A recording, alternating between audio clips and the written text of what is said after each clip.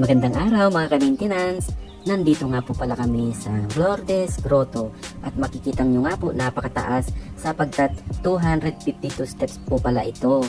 At ito nga po yung makikita nyo po sa may bandang gitna, napakagandang tanawin.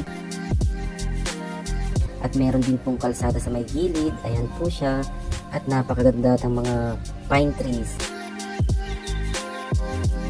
Ito po yung mga bulaklak na kulay orange, ang gaganda po niyan.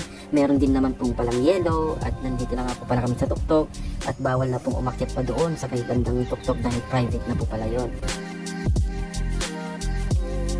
Ito po yung lugar, ang gaganda ng pine trees, may mga bulaklak at pwede po kayong magdasal ng mga Katoliko po dito. Meron din pong simbahan dito sa may gilid.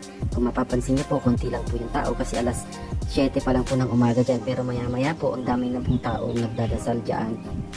Eto nga po pala yung bandang tuktok at napakatarik ng hagdanang ito at talagang napagod po kami kaya dahan-dahan lang sa pag-akyat po dito.